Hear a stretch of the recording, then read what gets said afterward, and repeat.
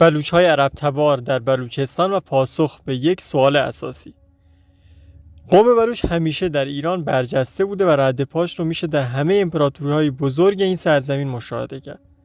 اما بسیاری از منابع و مورخین در کتب خودشون به مهاجرت گروهی از مردم بلوچ از عربستان و خصوصا حلب به منطقه بلوچستان فعلی اشاره کردند که برخی رو به اشتباه انداخته. نژاد فعلی مردم بلوچ از اقوام باستانی گوناگونی شکل گرفته، اما اساس و پایه این نژاد برمیگرده به ملتی باستانی که پیش از زمان مهاجرت آریایی‌ها در ایران زندگی می‌کردند.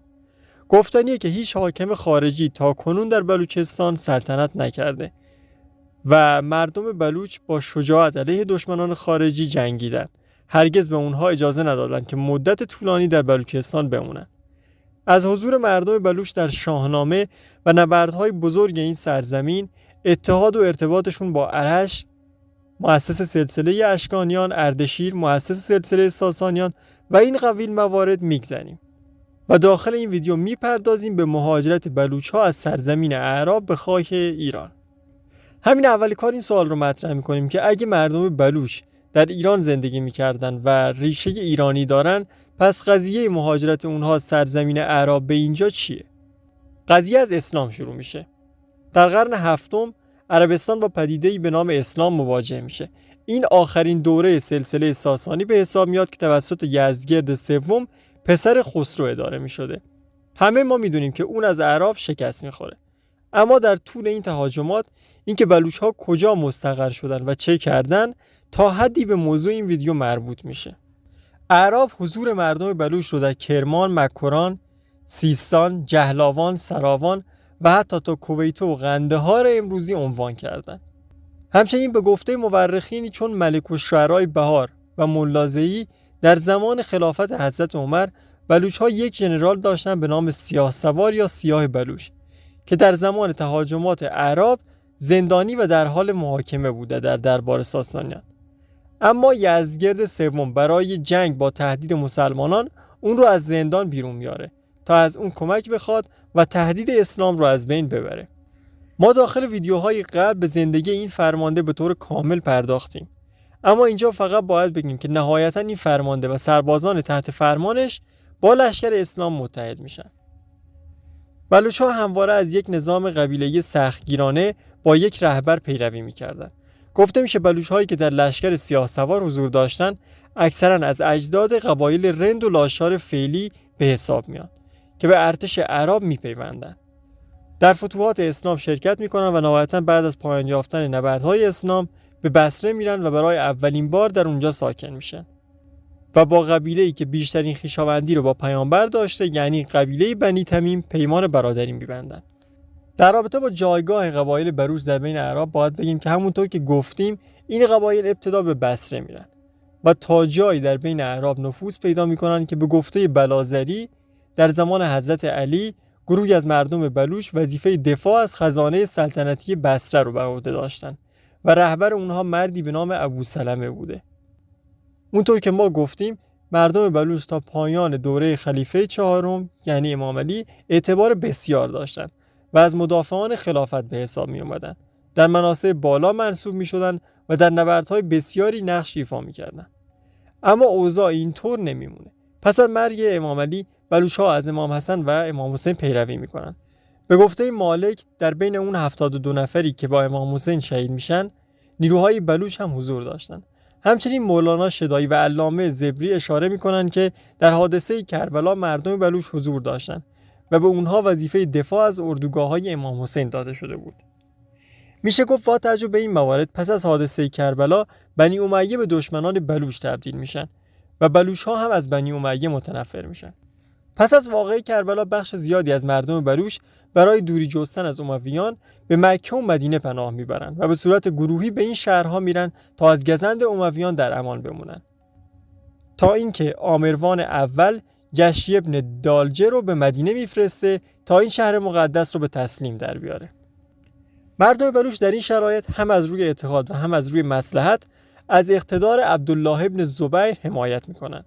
ابن زبیر نیرویی رو تحت فرماندهی عباس ابن سهل میفرسته تا پیشروی امویان رو متوقف کنه.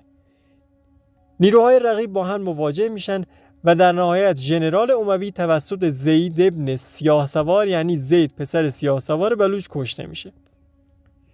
پس از این دستاورد بلوچ‌هایی که به تازگی به مدینه اومدن بسیار برای مردم مدینه مورد احترام واقع میشن.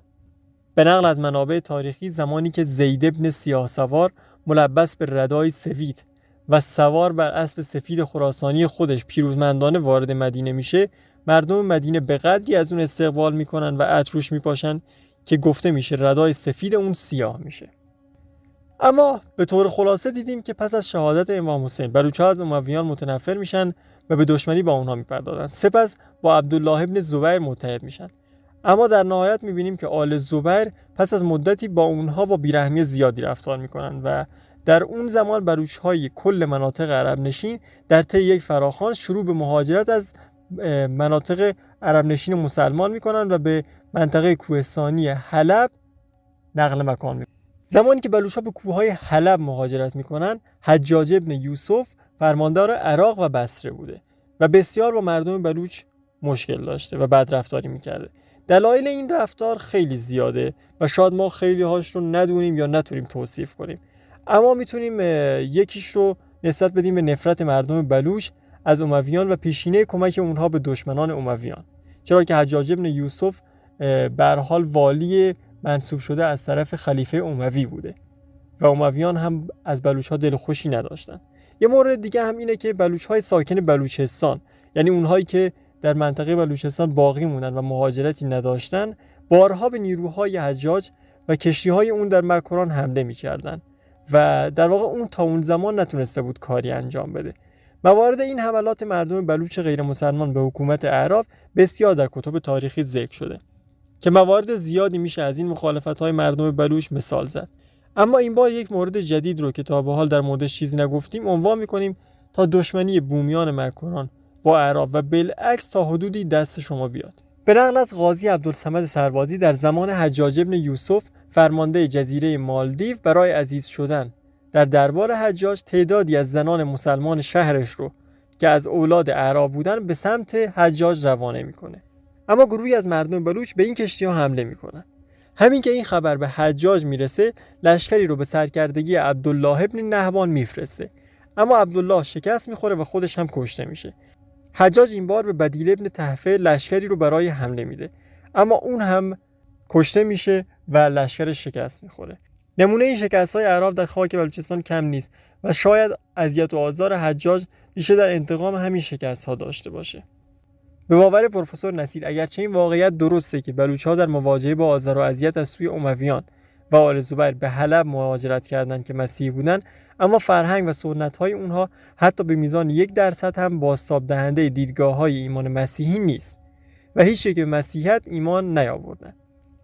پروفسور شاهین قیصرانی هم می‌نویسه که سیاه‌سوار و افرادش از اجداد قبایل رند و لاشار فعلی که در بلوچستان ساکن هستند به حساب میان که به گسترش اسلام کمک‌های زیادی کردند و نهایتاً هم پس از شروع ظلم و ستم اعراب این منطقه رو ترک می‌کنن و به وطن خودشون برمیگردن. نتیجه گیری این که بلوچ یک ملت چند هزار ساله به حساب میاد که بخش زیادی از اجداد اونها مدت‌ها قبل از مهاجرت آریایی‌ها در این سرزمین‌ها زندگی می‌کردند و در مناطق وسیع با نام‌های مختلف و در قالب اتحادهای قبیله‌ای مختلف زندگی می‌کردند. بخش‌های مختلف نژادی مردم بلوچ در مناطق ساحلی دریای خزر همجوار با کوههای البرز، ترکمنستان، تبریز، ایلام، مازندران، دشت لوت، کویر کرمان، مکران، سیستان، خراسان، جهلاوان، سراوان و حتی در بلوچستان مرکزی زندگی می‌کردند و در مدت‌های مختلف تاریخی مهاجرت‌ها و رفت و آمدهای زیادی از این مناطق نام برده شده داشتند. طبق اون چه که مد نظر ما در این ویدیو بود، به طور خلاصه بلوچ‌های تحت فرمان سیاه‌سوار به نیروهای اسلامی می‌پیوندند و به سرزمین‌های عربی میرن. به تدریج این بلوچ‌ها در سرزمین‌های عربی جایگاه و احترام زیادی کسب می‌کنند، به مناصب بالایی میرسن. اما پس از حادثه کربلا، قبایل بنی امیه به دشمنان اونها تبدیل میشن. این قبایل بلوچ با عبدالله ابن زبیر متحد میشن تا اینکه در قرن 8 میلادی در دوران حجاج ابن یوسف زندگی برای بلوچ‌ها در سرزمین‌های عربی دشوار میشه و اونها به سرزمین اصلی خودشون مهاجرت میکنن. پس میرسیم به سوال اول ویدیو. اگر که مردم بلوچ در ایران زندگی میکردن، پس قضیه مهاجرت اونها از سرزمین اعراب به اینجا چیه؟ آیا عرب تبار هستن؟ جواب رو میذاریم به عهده خودتون. منتوار.